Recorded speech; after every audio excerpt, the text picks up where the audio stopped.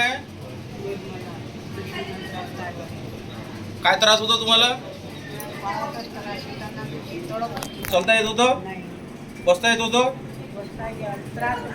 त्रास होता. आता मी हे कानावर चिटकवले आहे, ऑरिक्युलर थेरपी म्हणतात त्याला. तर हे लावल्यानंतर तुम्हाला कसं वाटते? नक्की? खरोखर 100% चांगलं वाटत आहे.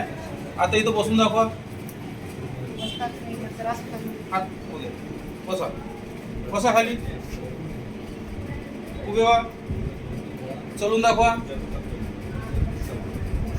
या वापस.